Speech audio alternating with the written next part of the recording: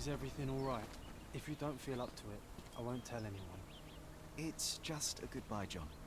It won't be difficult. I've already come to terms with my mother's passing. So you really don't remember?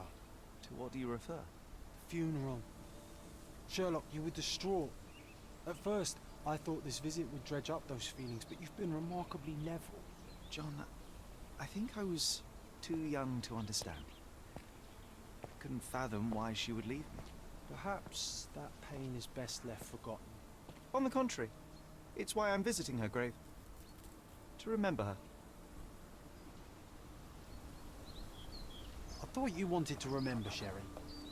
Concentrate, and I'm sure it will come back to you.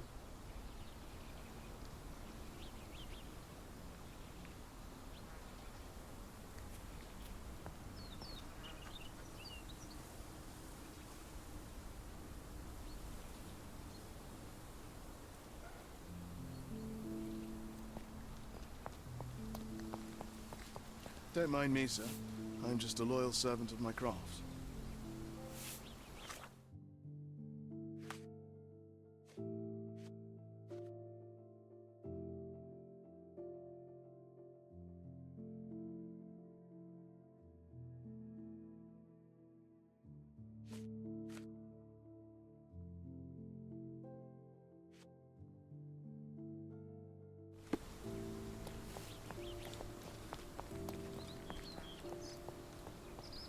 May I ask for your assistance?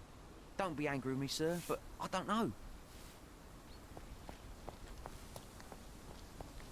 Can I ask you a question? His Majesty came out of his palace. I know nothing. Time to check your who, what and what, Sherry. Who are you asking, about what, and dressed as what? Is this familiar to you? Doesn't remind me of anything. Someone else can help better, sir.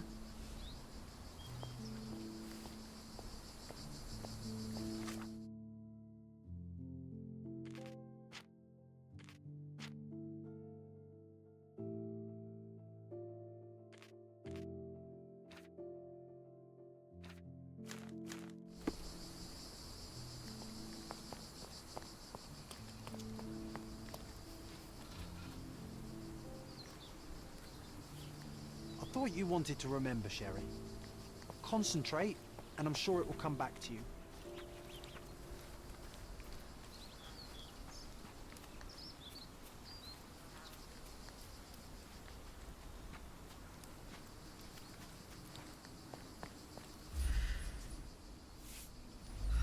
Can you satisfy my curiosity? His Majesty came out of his palace. I know nothing.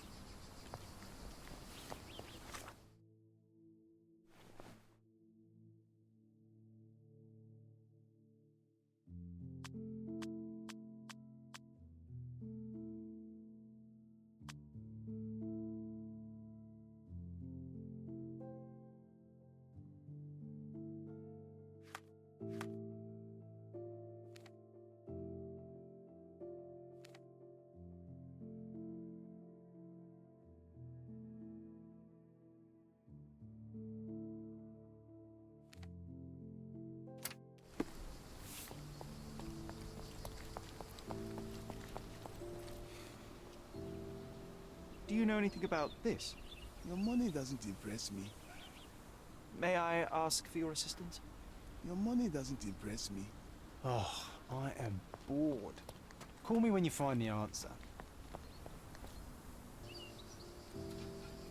I thought you wanted to remember, Sherry. Concentrate, and I'm sure it will come back to you.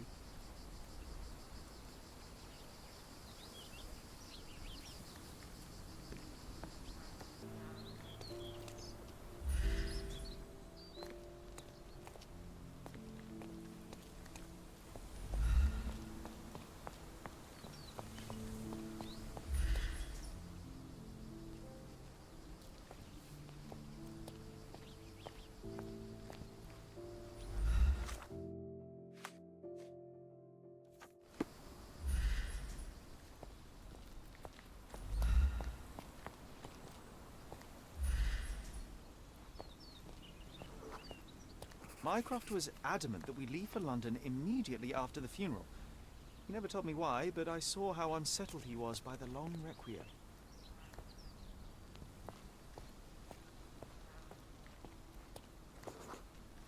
The service was sparsely attended. Though my parents were buried separately, the pastor said they're united in heaven. I didn't believe him even then. I wanted to see her one last time before the coffin was interred and say how I loved her. The chance never came. I feel rather faint. You're fine, you're fine. It's over now. You remembered everything. It will get easier soon.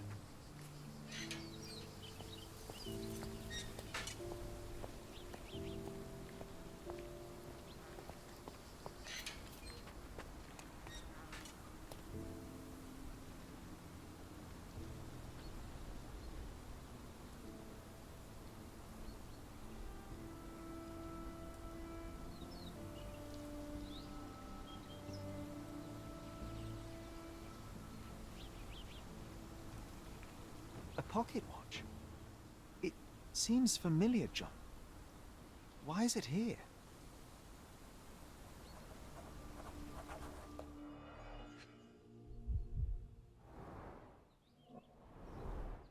Rest in peace, Violet Holmes. Goodbye, Mother. This watch was a gift. My mother's initials are engraved on it.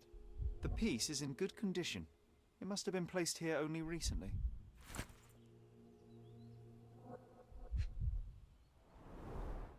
A candle in a small puddle of wax. It cannot have been lit for more than half an hour. Is this really how you want to spend this time? This is my mother's pocket watch, John. Who put it here and why? Are you not in the slightest bit interested?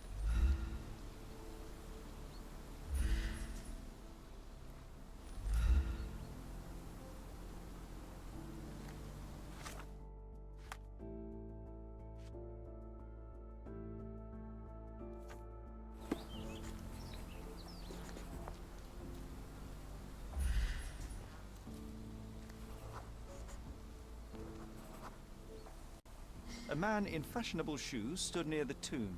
The size of the prints suggests he is approximately 5.5 feet tall. You were about to tell me the make and model of tyre, but let me assure you, I do not care. Well, it was going to be very impressive. Come on then, the trail continues ahead.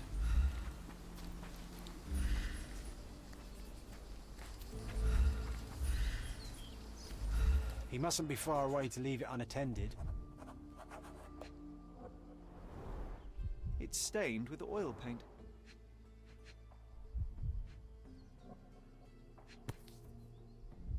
The Hospitaller crypts.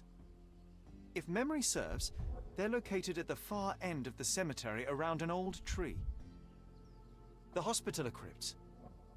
If memory serves...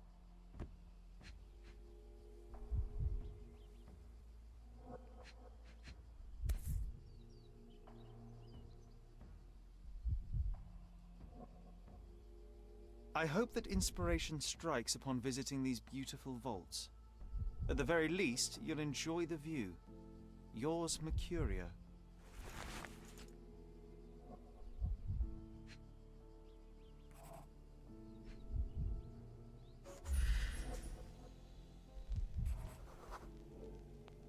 A portable easel was kept there. An artist working in a cemetery? Do you think he'd paint my portrait?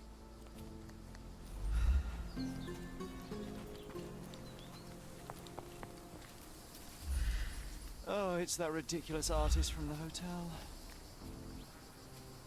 Mr. Holmes, did you come for another portrait? No, I jest. You gave quite the performance last night. The hotel was abuzz with your name. I must say I was rather absorbed in it all. The fallibility of men. Such scandal. It was a welcome distraction. Oh, my manners. I am Werner Vogel, art enthusiast and gallery proprietor. Mr. Vogel, I was perhaps too curt when last we spoke. Speak no more of it. travel takes it out of any man, never mind when this is your destination. Once I learned who you were, the pieces fell into place. Your mother was well liked on Codona in her time here. I was sorry to hear of her passing. Does your gallery feature more than just portraiture? Oh, of course. We display landscapes, sculpture, modern pieces too. I am sure we have something that will move you. You must stop by. Only music moves me, I'm afraid. Then you have simply not found your artist yet. Someone whose work hits you in your core. You're still young. I am sure we'll find them.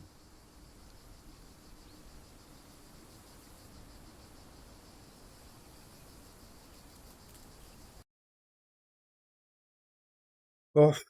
Anamın How mezarında did ne you işin come to var possess ya? my mother's pocket watch? Oh my! It is quite something to witness those powers of deduction firsthand. Yes, I left you her timepiece. After her death, there was an estate sale. All of Cordona's elite picking of her remains. I couldn't let such a lovely thing go to those vultures. When I learned your name, I could no longer keep the watch in good conscience. It is yours by right, and I knew you'd find it here. Thank you. I'd forgotten all about it, but the moment I saw it, I knew it was hers. Amazing what the young mind forgets and the older can recall. Rather odd, loitering in a cemetery. I suspect you'll win, but I'm here for my art. There's beauty everywhere if you look, even in decay. A little darkness brings out the light. Now, a diligent observer might note that you too are loitering in a cemetery. What brings you here? Closure answers penance? Closure, I suppose. And what is closure? Mere proximity? Understanding. Acceptance. You didn't understand from afar. You had to come here to accept the truth of her death?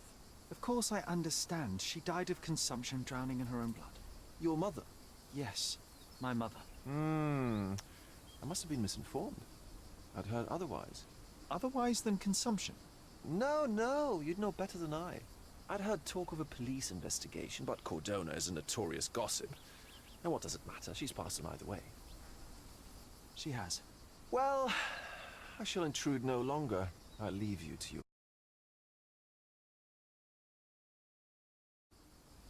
Farewell.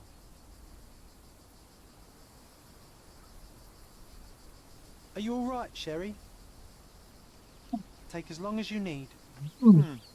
Whatever I need, it isn't here. We should explore Cordona.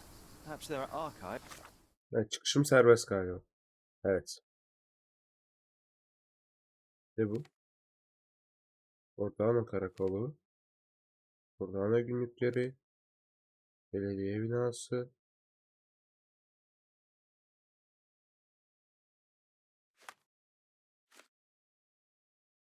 Tamam, bu şey. That may shed further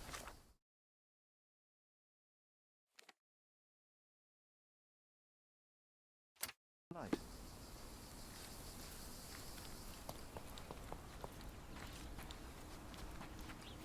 Kasma var, nedenini çözemedim. Evet, polis karakoluna gidiyoruz. Ve az önce keşfettim ki benim şeyim açık değilmiş. Abi yürümek istiyorum desem. Vallahi.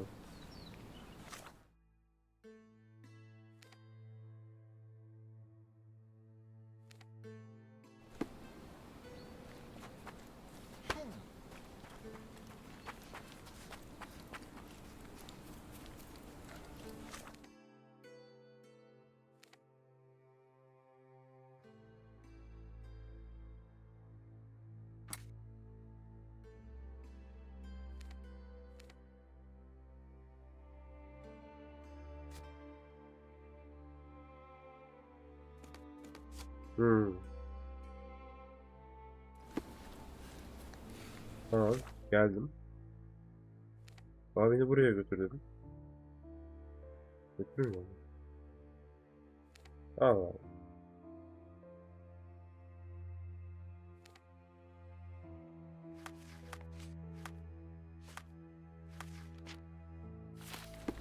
Yürüyeceğiz.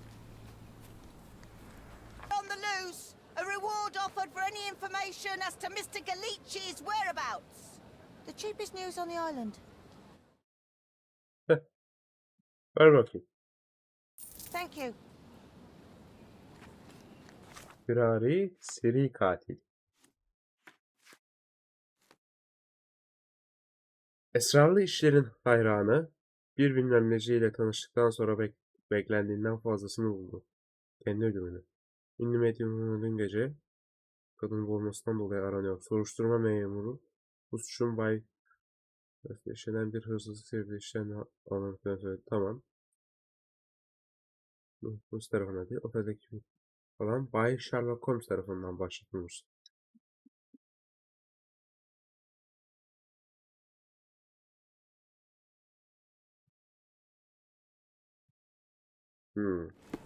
Tamam. Ne bana ne ona giren yok.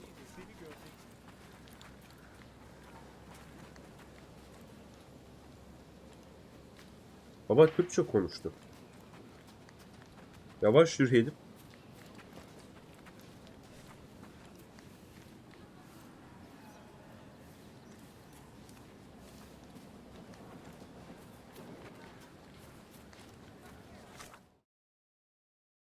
Ben çok gitmişim. Hello. Hello.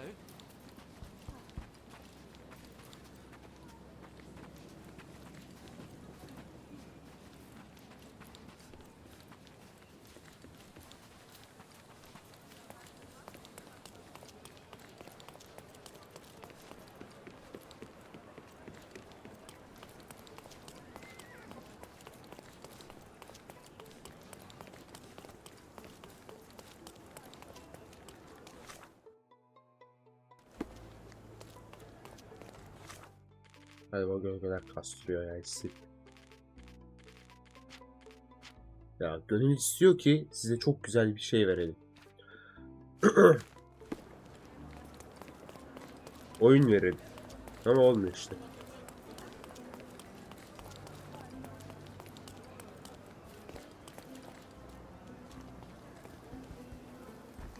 Ya reis kokmuştur bu ya.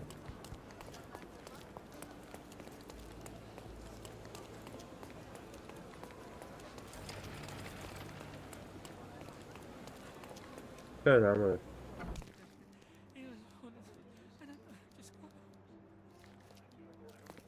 Stark do this, Stark do that. I'm not a clerk, damn it. How am I supposed to get those records now? Yes? What is it? Would you like to report a crime? No, I wouldn't. My name is Sherlock Holmes. I want to use the police archives. Wouldn't we all? I'm serious. So am I. Officer Logan locked himself inside and he's not letting anyone in. Niye? But Sıkıntısı why ne? the archives? Won't that stall everyone's work? You bet it will. He's looking up all the thieves in Cordona over the past decade. Say one thing for Logan. He's persistent. What happened exactly? A tailoress from Scaladio's been robbed. Logan spent 2 whole days at the shop sketching the thief, and she still insists that it's all wrong. That shrew drove him up the wall, she did. Do you Yardım mind edeyim if baba. I talk to this tailoress? I could get you the sketch in no time. Get off your high horse, mister. You think you're better than our sketch artist? Actually, I'm quite certain I am. Let me prove it. Well, I see no harm in it, as long as it gets Logan out of there. In fact, I need to look up some records too. Here's the address. Good luck. Çok sağ ol. Evet, vaka defterine bakalım.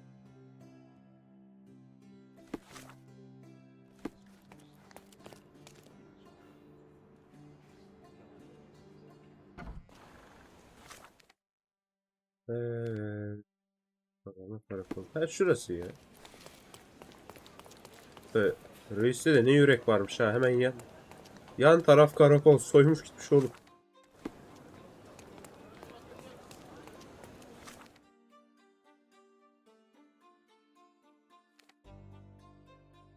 Öyle değil, affedersiniz. Burası mı?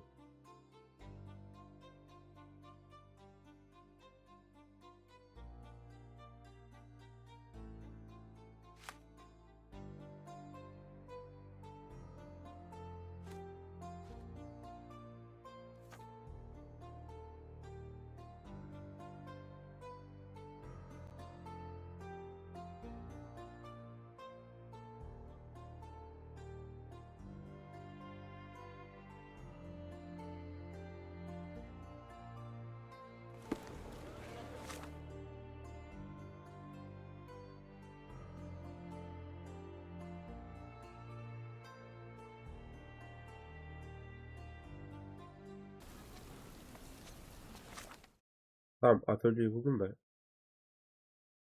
Heh. Neyse.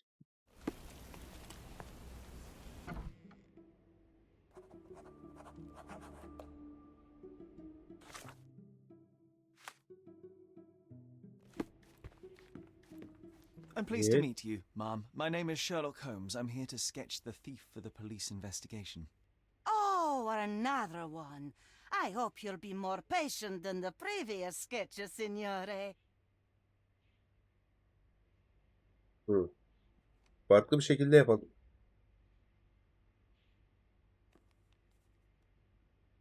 I Farklılık da yapalım. suggest we do it differently. You have a great many clothes here, haven't you? Why, He. of course, but they're not for sale. I only do tailoring and mending. No matter. I'll attempt to disguise myself as the thief, and you'll tell me if I get it right. As you wish, Signor Holmes. Can you describe the thief for me? He was all ugly and beat up looking, an utter rascal if ever I'd seen one. He gave me a nasty look from behind his glasses and then made himself scarce. And that's it? Could you be more specific? He was a total villain, I told you. How much more specific do you want me to be? All Yeah, right, fair. never mind. Where can I find the clothes? They're in my workshop at the back. Be careful, won't you?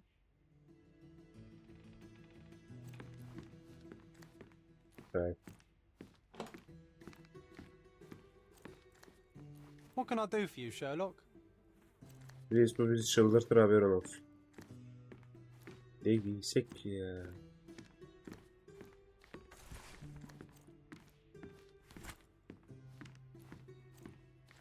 $6 sı. Anasının piki. Her ya, ne olacak?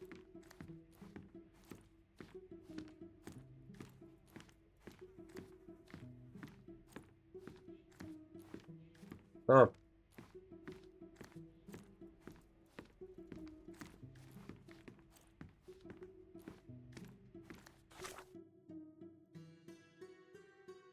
Tamam. Ha, daha it ucuza benzememiz lazım.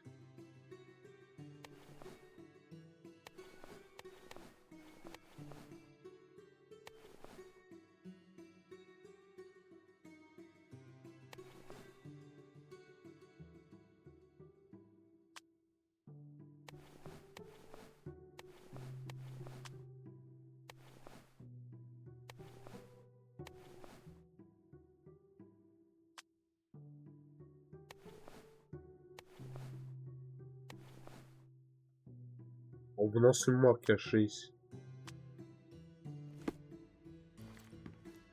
Geldim. Neresi teknoloji? Nasıl olmuş efendim? Oh no, he's all wrong. You look nothing like him. What is wrong exactly? Why, everything. He had glasses and bruises and... Were you listening to me at all? Ana... Oo. Sherlock patlak yaptım.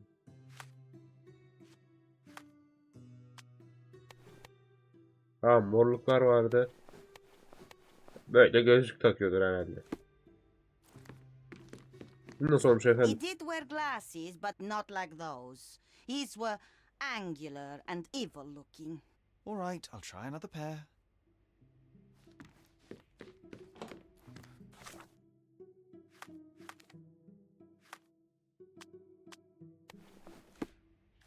Hanımefendi oldu mu, nasıl? Your face is too innocent now. What do you mean, too innocent? There was something evil about his face. Like a moustache. Yes, the kind that all villains twirl as they plot their evil plans. I'd say that not all villains wear moustaches, but I get your point, ma'am.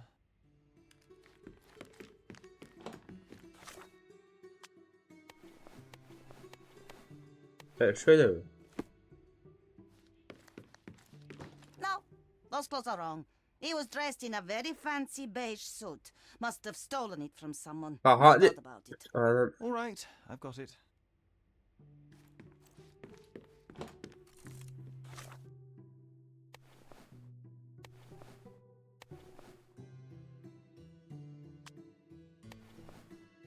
Kaçta böyle miydi lan? Basmış kafasını.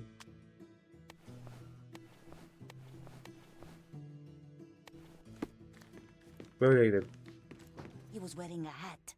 Didn't I tell you about the hat? It didn't go well with his suit. That man had no dress sense at all. Well, what did it look like? Oh, just a regular hat, you know, black. Dedim takayım diye. Niye takmadın ki? Ha. Şu mu lan? No, signore, that hat is wrong. I told you it was a regular bowler. You didn't tell me it was a bowler. But I did. You ought to pay more attention, signore.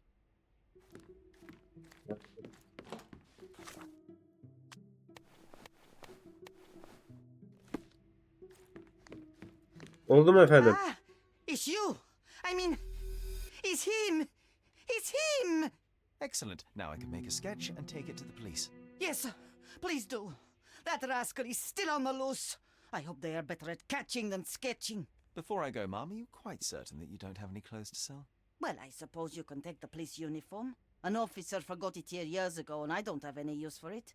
If you want to buy clothes, visit the outfitters. You can find them all over Codorna. I hear they even do free rentals now. Let me show you where the nearest one is. Thank you very much.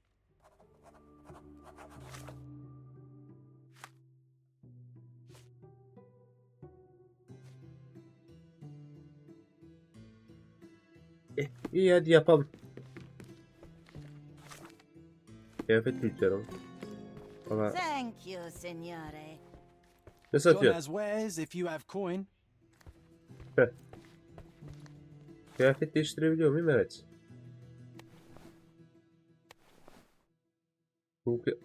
Bu ne ya? Tövbe değiştir şunu.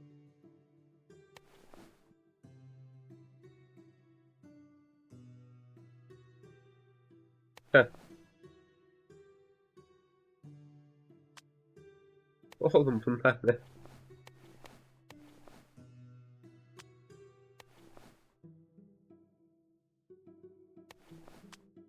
Heh. Lütfen orijinal kalabilir miyiz? Çok teşekkür ettim.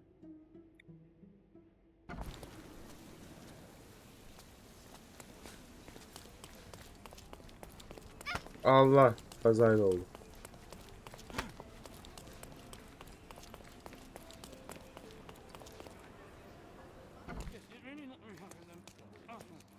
Ne ya? Can you satisfy my curiosity? His Majesty came out of his palace. I know nothing. Hello again, officer. I've spoken to the tailoress and made a sketch of the thief. It was child's play. No, really? And she didn't give you any trouble?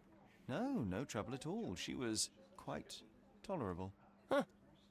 Who would have thought? Hey, Logan, we've got the sketch. Come on out. Can I use the archives now? Well, they're generally not accessible to the public, but you really helped us out, so I'll just turn a blind eye. I appreciate it, officer. What did you say your name was? Holmes? Come and see me after you're done. I may have a proposition for you, Mr. Holmes. Hallederiz. Arşiv. Arşiv. Öteki tarafa da bak. Bakmazsam içimde kalır. Ne var burada?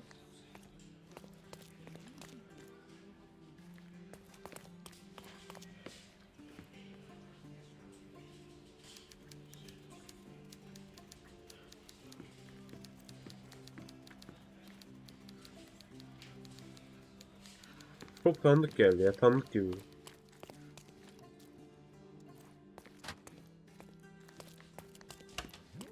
Evet, etrafı kurcalamaya bırakalım.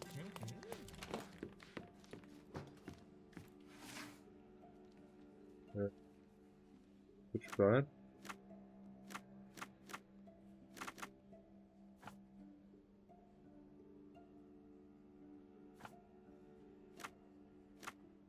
Kaçakçılık. Hayaletiz.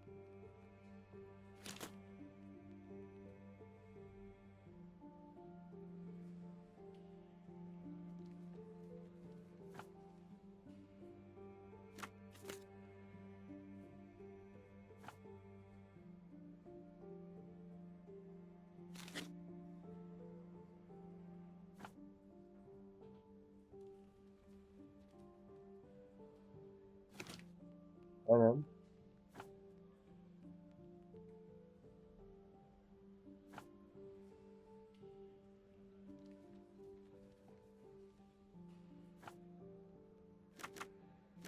Mahalle çıkıyordu Eskişehir. Mülk olarak gelir ama ya.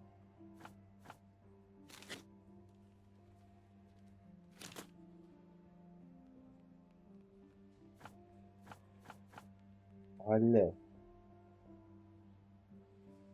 Mahalleler şu yol kesiliyor.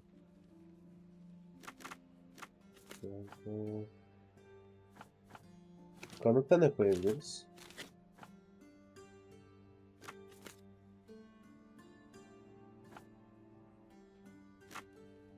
Suç aleti yok.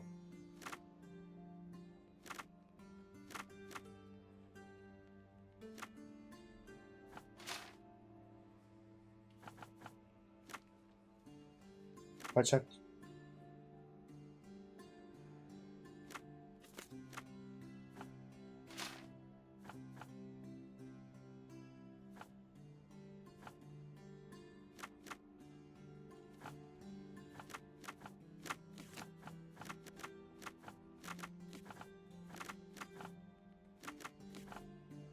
Tamam mahallede. Tamam mı? Mahalle burası.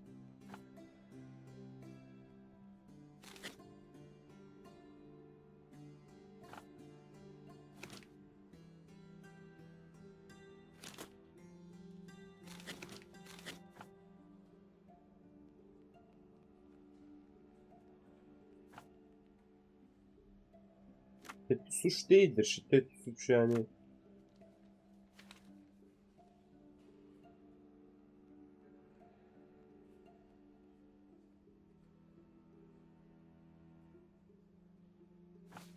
Çok işim yarar ya harbi. Kaçakçılık değil, ufak suça girer herhalde. Kanıt. El koymadık. Dokümanlarım suç aleti yok, bu yok. Çünkü davranış diyeceğim.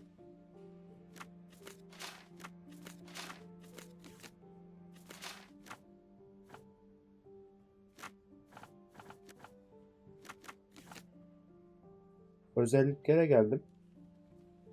Özneler daha doğrusu.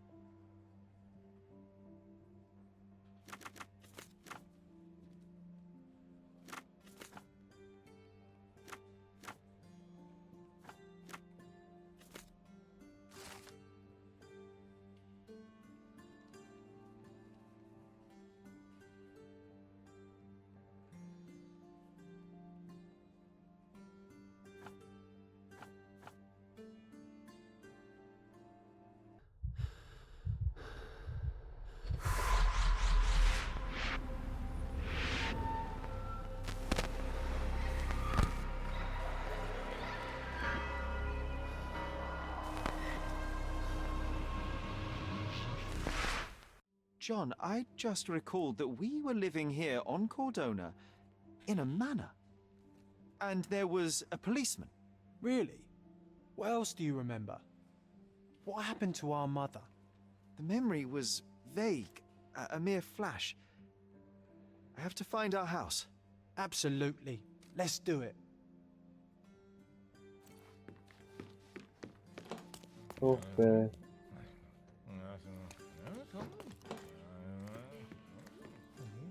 Ne bu bana? Neyse çıkayım.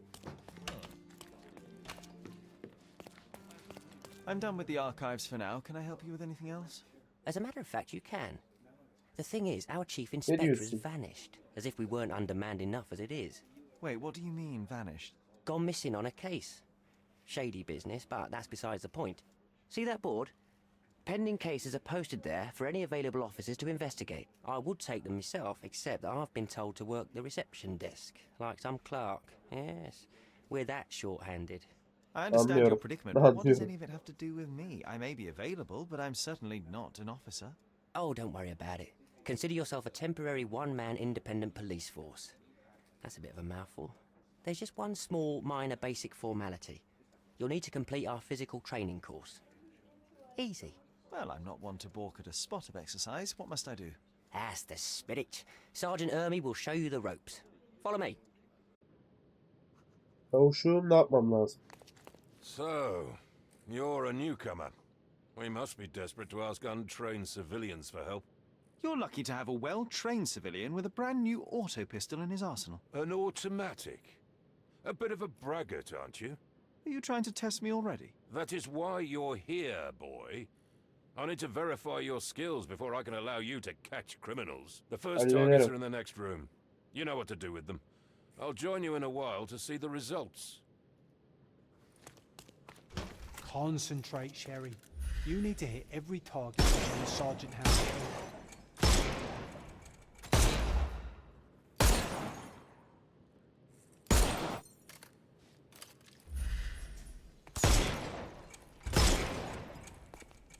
Hooray! Proceed to the next room. Meanwhile, I'll fill out the paperwork. Peki Come komutanım. on, Sherry. It's just like in childhood.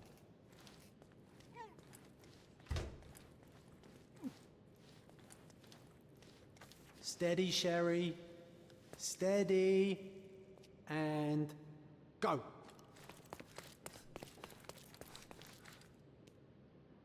Ya My favourite mannequins for attack. Let's strike them ninja style. Aim for where you might take advantage and don't forget the environment. I could do this all day. Please don't, Sherry. We don't have that much time. Our enemies might be stronger than us, but we rely on our wits. Shoot off their armour.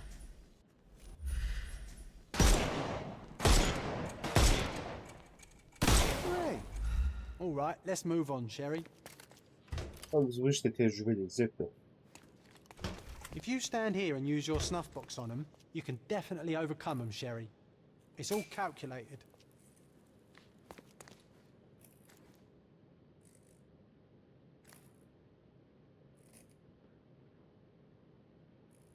Ne diyor? Dur. Sherlock enfiye kutusunu kullanarak yakındaki düşmanlara afallatabilir. Hı. Look at that helmet of his. You won't be able to get the powder past it. Uh-oh, Sherry. Not a nice shot. You could have killed the fella if he was alive. Helpful advice, John. I would never have guessed. Good job, new boy. Well, I'm almost finished with the paperwork. Let's talk about your results.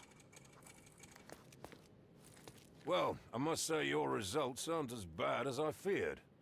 Perhaps you're not completely hopeless, but true combat is quite different from shooting stationary targets. I'll handle it just as easily. Well, that's what we're going to find out. Now, we'll test you against our men. Your task is to detain them, not to kill them. So don't go shooting anyone in the eye. That goes for in the field as well. Even though you'll be working with the police department, that doesn't mean you have a license to kill. Here, take these. They are blank rounds. So, are you ready? Always ready. Then let's get cracking. Hallederiz. Not at all. I can hit them all with one shot. Good luck, Sherry, and remember, the surroundings are your playground. Tamam. Biraz zalimce ve gereksizdir. Düşmanları tutuklamayı dene. Rakibin dikkatini daha yakınlaş. Düşmanları tutuklamak için düşmez. Düşman. Good luck, Sherry, and remember, the surroundings are your playground. Aslan gel bak.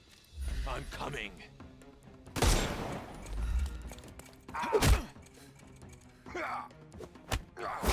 Oh. I'm coming for you. It won't work this way. I couldn't miss the party. He?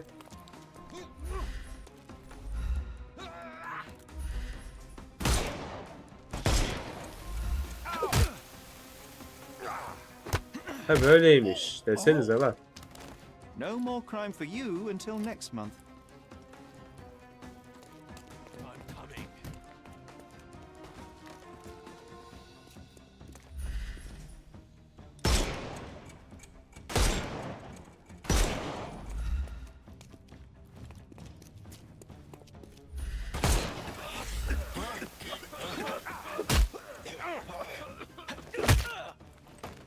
Don't cry, you'll live. The snuff's ready. I'm coming. Nerede? Tuttum. Time to knock this guy out.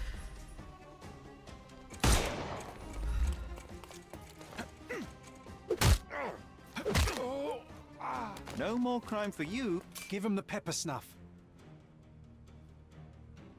Ya yapıyoruz bu iş. That's enough. You've proved yourself.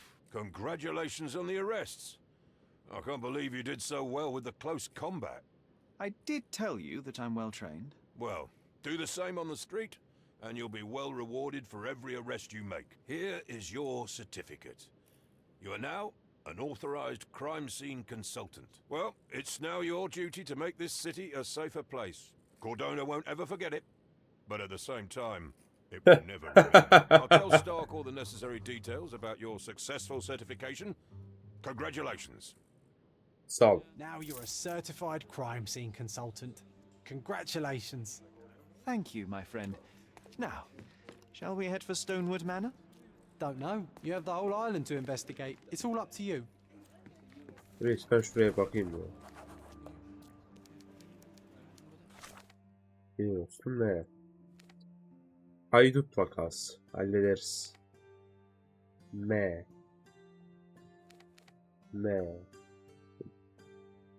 Haydutlar halledilir. Hatta haydut şu an bile dövebilirim ya. Hadi gel gidelim.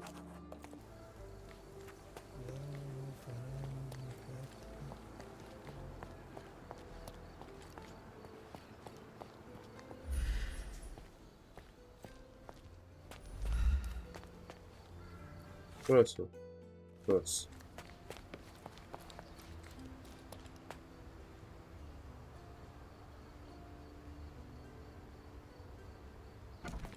Gelin bakalım.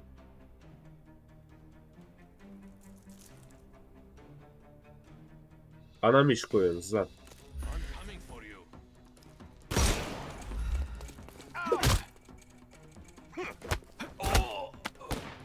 Take a rest, my friend.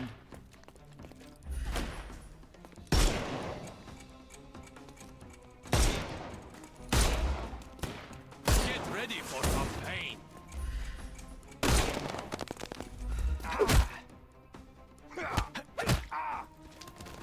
Don't cry, you'll live.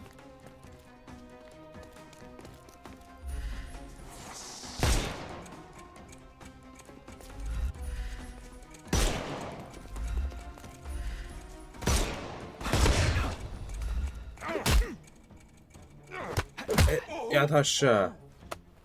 No more crime for you and The snuff's ready.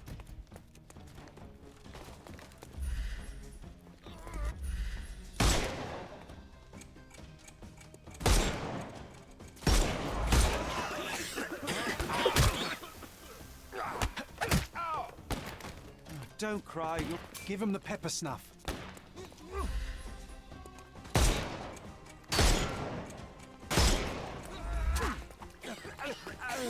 I'm coming for you. Ow! Too simple. I can overcome the brute now. I couldn't miss the party. Ama sıkıntılı mısınız ya? Don't cry, you'll live. Give him the pepper snuff.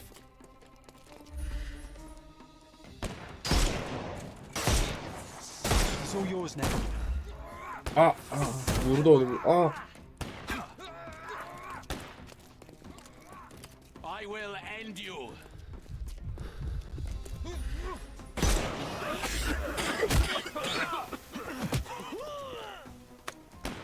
Too simple. Vallahi. The snuff's ready. Don't cry, you'll... Give him the pepper snuff. Hadi yat aşağı. No more... The snuff's ready.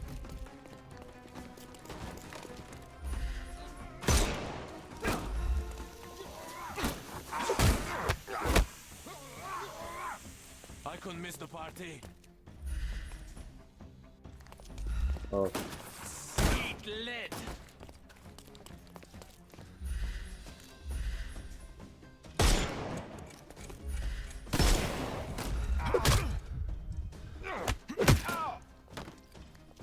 Don't cry, you'll live.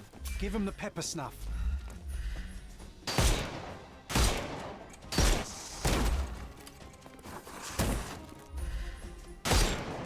Time to knock.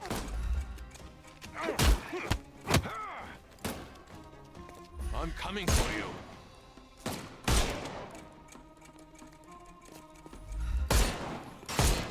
I'll put you 6 feet under.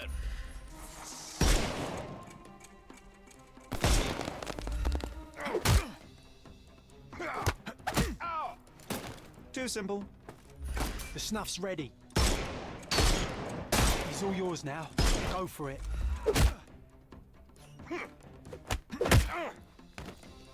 Don't bother moving. Give him the pepper snuff. Oh be. Doğru.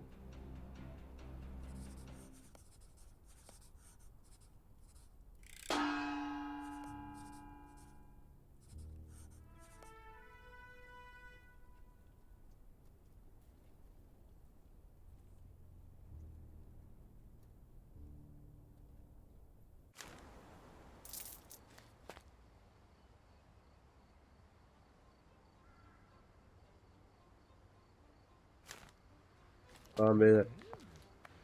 Bakın.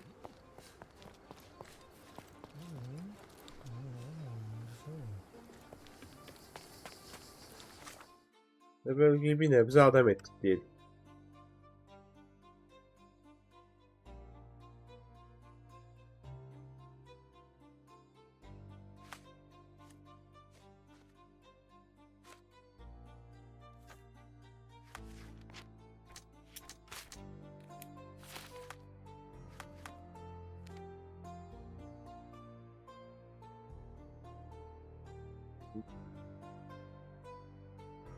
Ben mi görmüyorum? Dur, ne yazıyor?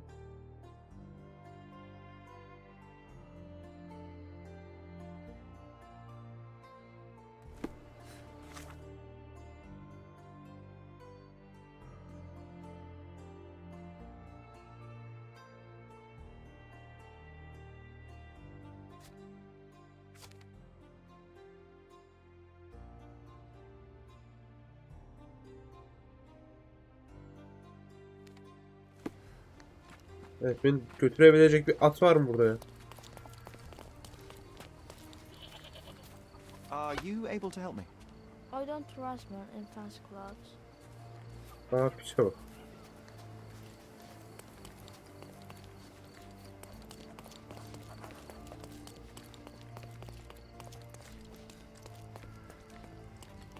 Ben yürüyerek bütün haritayı açarım da.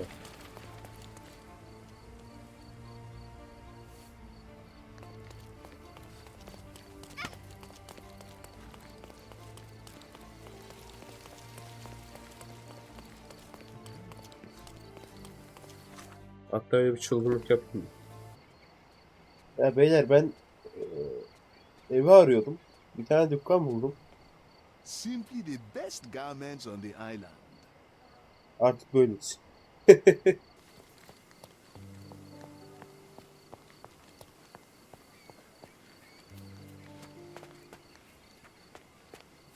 Hey, Sherry.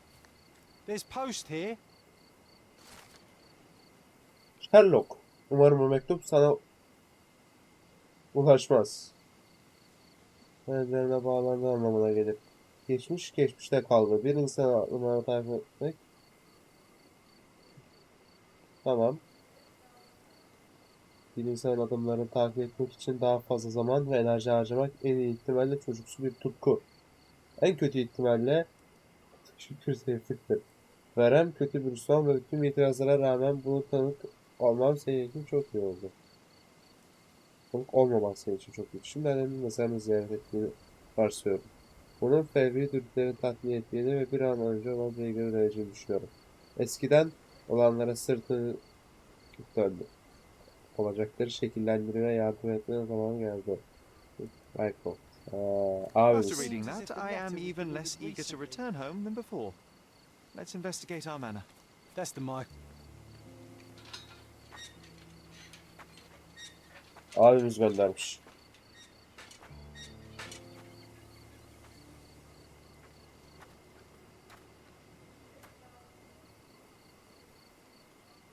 she is. Our old manor. It's smaller than I remember. You were a couple of feet shorter back then, Sherry. Or maybe it's bigger on the inside. Doğru diyorsun da dışarıya bakalım hadi. Bu ne var?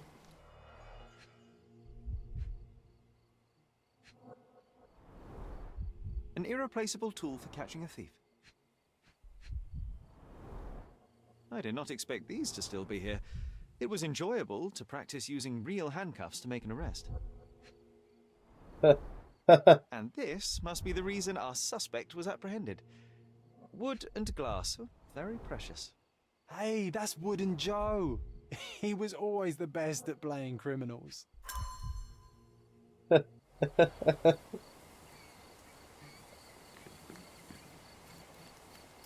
Dolaşalım bir ya evin etrafını. Dolaşamıyoruz. Look at the ash all over the door. I don't recall hearing of a fire. We don't have to stay here. You can afford another night or two at the hotel. It's stuck. Oh well, let's just head back. They probably haven't even stripped our room yet. Come on. Must be locked. Move aside. Let me have a go. Seems fine to me, Sherry. This barrier, perhaps it's mental, not physical. Or perhaps the rest of us are simply constrained by reality, John. I wonder if there's a key secreted somewhere in the garden. Try to recall that memory about the policeman, Sherry. Concentrate.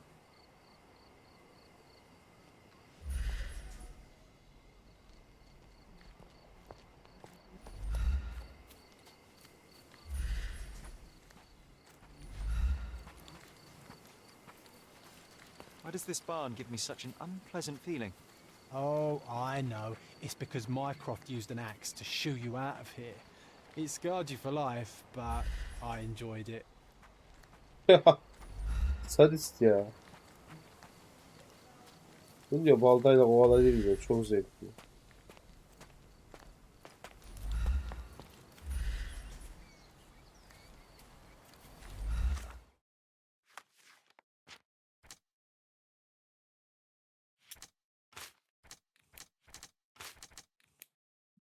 Belki vardır.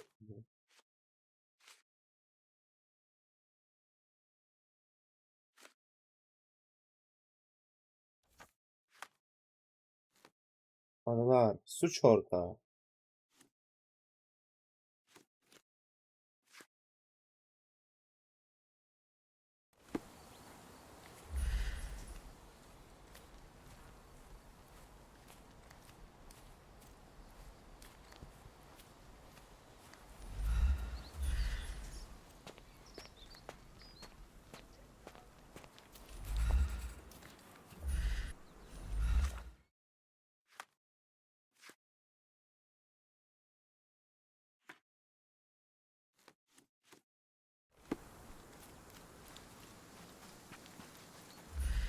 Bir yerde bir şey kaçırıyorum ama nerede?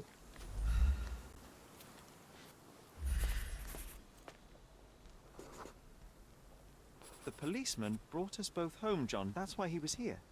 I'm pretty sure he brought something else with him too. Do you remember what it was?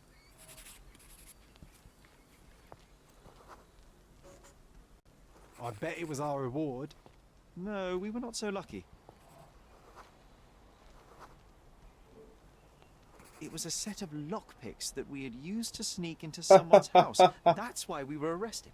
Did someone come out to investigate all the commotion?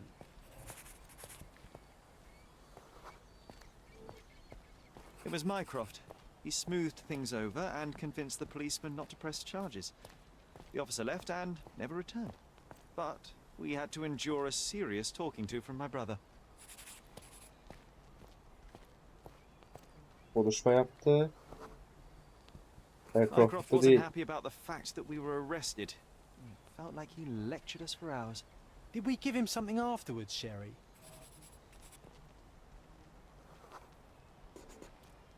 Oh, yes. Yes, now I remember. It was a letter. That's why we snuck into the house. Mycroft asked us to. He wasn't angry we stole, but that we got caught. Ah, that's right. It must have been only a couple of months after we moved to Cordona. Ugh, the good old days. Whoa. How very odd. It appears that memory stood between me and the manor. It's as if my mind palace had seeped into the real world. This deserves further investigation. Perhaps there's more to discover inside. As long as there is a comfortable place to put my feet up, I'll be happy. Maybe a chaise longue. Aha! In we go. Ay ana. Home sweet home, Sherry.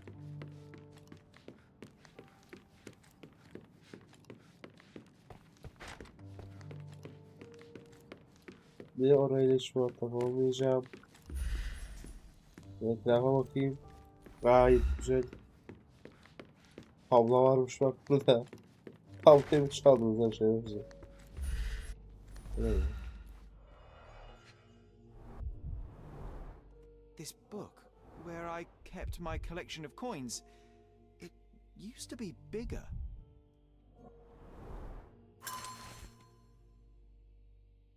Kardeşim sıkıldı mı?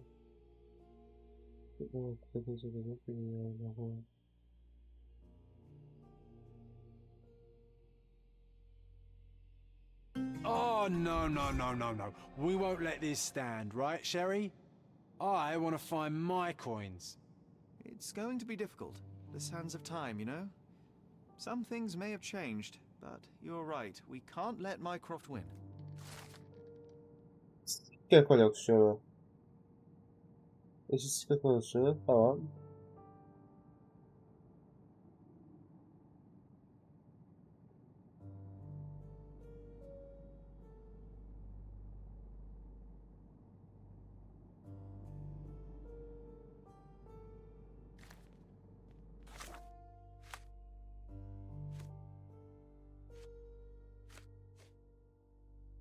Hayır. Sikke koleksiyonu.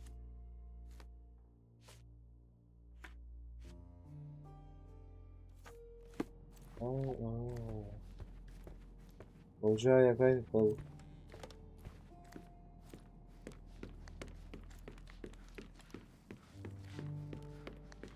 Oğlum ne güzel oldu.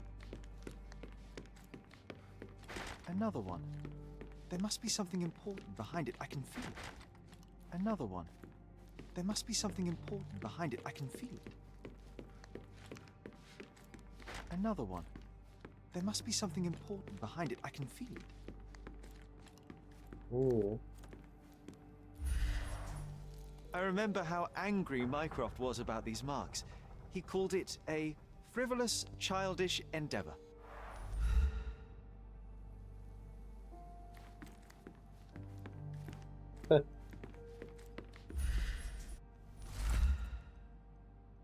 Hoppa.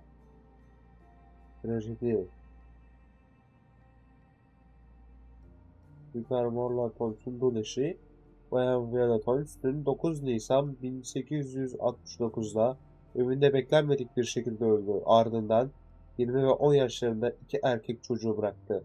Fakat Stonehouse malikanesinde kalıp kalmayacakları belli değil.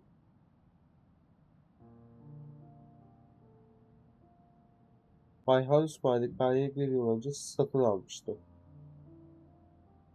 Bay Holmes, veren bizimle gelmiş zayıf bir rağmen rica. Tamam.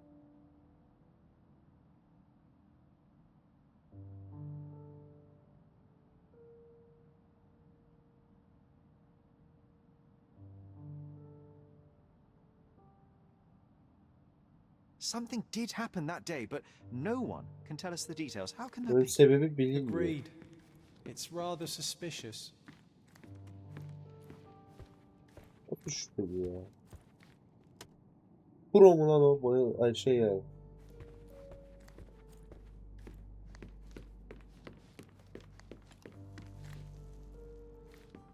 Hey dökülüyor ya. Hey, this is the luggage we brought from London, isn't it? Hey, this is the luggage we brought from London, isn't it? Harbi. Buraya nasıl geldi?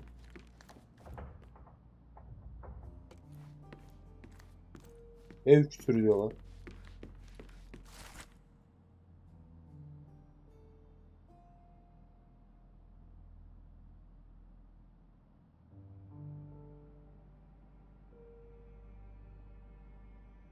And I was wondering why it's so empty in here.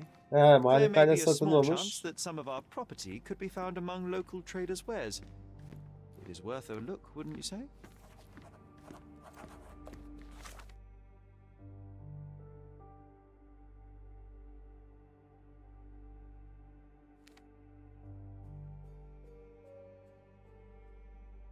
Bir de dekorasyoncuları bulacağız. Güzel. Başka?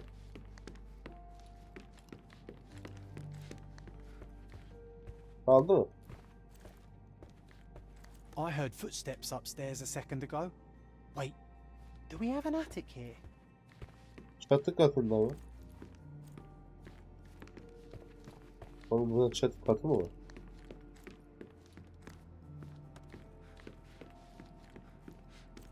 I think our family portrait used to hang here.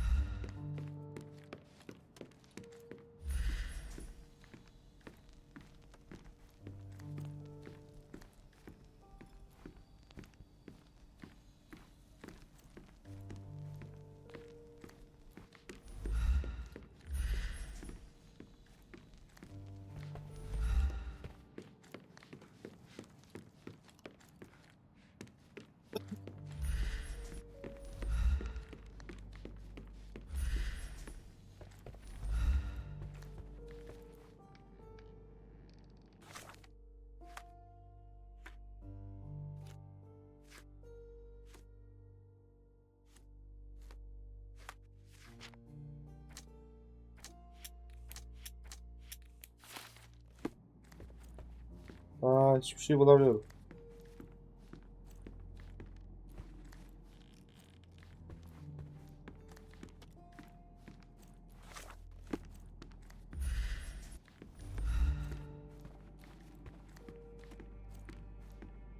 Another one.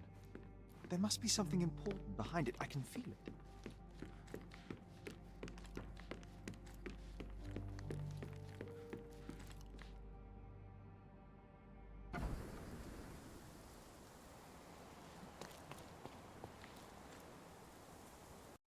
Beyler ben kaç eşya aldıydım. Baya bunlar anları depreştiriyormuş. Ben bilmiyorum.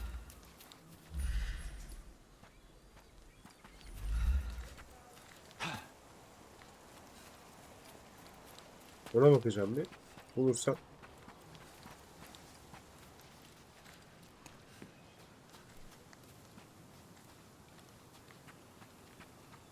Hoppala ve çuppala.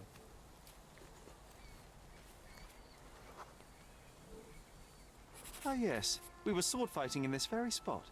And that time I was the winner. So, as your victory prize, you asked me to fulfill a wish. I remember we did something the very next night, John, but what was it?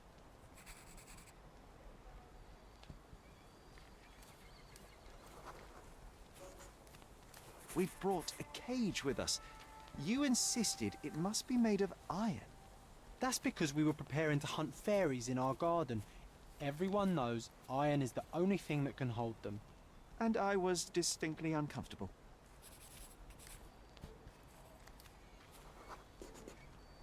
It was a disguise, of course.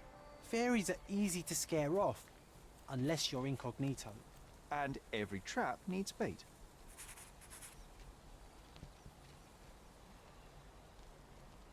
Terörist gibi gençlik bu ne ya? We brought honey and a glass of warm milk. After 2 hours lying in wait, we noticed movement in the bushes. The fairies appeared at last.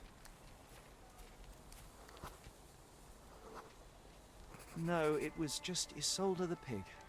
She was lured by the smell of honey and milk, and ate every last drop. Isolde belonged to Mr. Sim in Miner's End and escaped regularly. At least twice a month we would see him searching for her all over the island. Muazzam bir akşam. Sherry'i kılıç savaşında yendim. Nadir başarılarımdan biri. Ödülüm olarak bir peri avında bana katılmasını sağladım. Böyle. Sherlock benim kadar hevesli değildi. Perilere inanmıyormuş gibi yapıyor ama ne yapacağımı iyi biliyor. Ne yapacağımı iyi biliyor. Kendimizi gizledik. Peri yakalayacak kadar büyük demir bir kafes bulduk ve yem olarak sıcak süt, bal koyduk. Ve işe yaradı. 2 saat bekledikten sonra çalılarda bir hareketlenme gördük. Periler nihayet ortaya çıkmıştı. En azından ben öyle sanmıştım. Maalesef süt ve bal kokusu olan, domuz kokusunu alan, domuz... Neyse bir şey diyecektim. Isolde'ymiş. Hepsini yalayıp yutmuş, sonra da kaçmış. Isolde madenci çıkmasında Bay Simpson'ın domuzu. Ama sürekli kaçıp duruyor. Ayda en az 2 kez Bay Simpson'ı Isolde'yi ararken görürüz. Saçma sapan yerlerden çıkıp duruyor. Belki o da biraz büyülü bir hayvandır. Güzel de var. Anılar. Ha, ben de. Da geriye. Evet. Tam burada. The best place for reading. Çok da zevkli oluyor biliyor musunuz? Hani bir de şey yaparsan. Örnek veriyorum. İnce bak, kalın değil. İnce altına ve şu sırt kısmına bir tane şey. Ne der ona? Yastık. Ama ince olacak, kalın değil. Abi çok iyi oluyor. Ha, kenarlarına da koyarsanız çok iyi oluyor. Uzanıyorsun, yatıyorsun, geriye uzanıyorsun. Çok zevkli. Şuranın anasını bellemesek şurası daha da zevkli olur. Odunluk için kullanmışız da. Hani böyle bir ortamı restore ettiğinde, bank koyduğunda, ortaya masa attığında burası şuradan da zevkli oluyor. Tabii ne yapman lazım? Zeytin ağacı, tahmin ettiğim gibi Akdeniz iklimine sahip bir yer. Tahminimce. Şu ağaçları kesersin, biraz budarsın falan. Çok güzel olur. Orası buradan güzel olur. Kıskandım mı? Evet, kıskandım. Sherlock Holmes'u kıskandım. Ne var? Evi güzel. Allah Allah.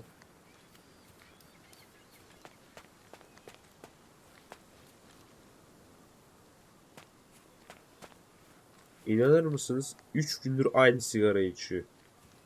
Diğeri nasıl işte. Neyse. O zaman A manor all to ourselves. Can you believe it, Sherry? I have so many ideas.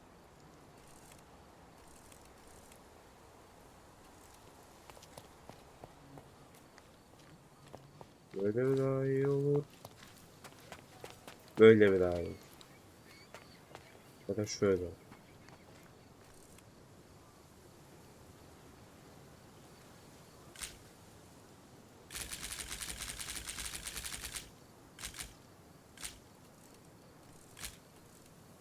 Evet. Steam'den oynarsak yüksek ihtimalle bunu Steam'e kaydederdim.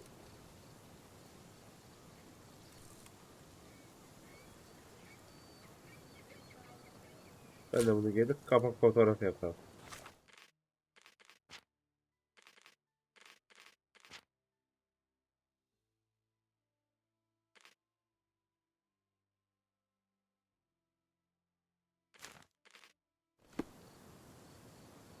Neyse ya. Artık. Bulacağız bir yerden kapak fotoğrafı. Tam şöyle güneşi aldığımız bir yerden finali yapayım. Gözlerinizi alsın. Evet, neredeyim o? Bayanlar ve baylar. Küçük hanımefendiler ve küçük beyefendiler. Bu videoyu buraya kadar izlediyseniz sizi canı gönülden tebrik ederim ve teşekkür ederim. Eğer videoyu beğendiyseniz beğenmeyi, videoyu beğenmediyseniz ise beğenmemeyi lütfen unutmayın. Başka bir videoda görüşmek üzere. ve size video boyunca ne kadar sürçülisan eylediysem affola. İnsanız, olabilir böyle şeyler. Ee, Bu videoda yapmadım ama başka videolarımda yapıyorum. Eğer ırkçı, ne bileyim, çurt şakalar yaptıysam bunlara da çok takılmayın. Gülüp geçmek için. Evet. Bunun dışında söyleyecek pek bir şeyim yok. Başka bir Sherlock Holmes videosunda görüşmek üzere. Kendinize tekrardan çok çok iyi bakın. Bay bay.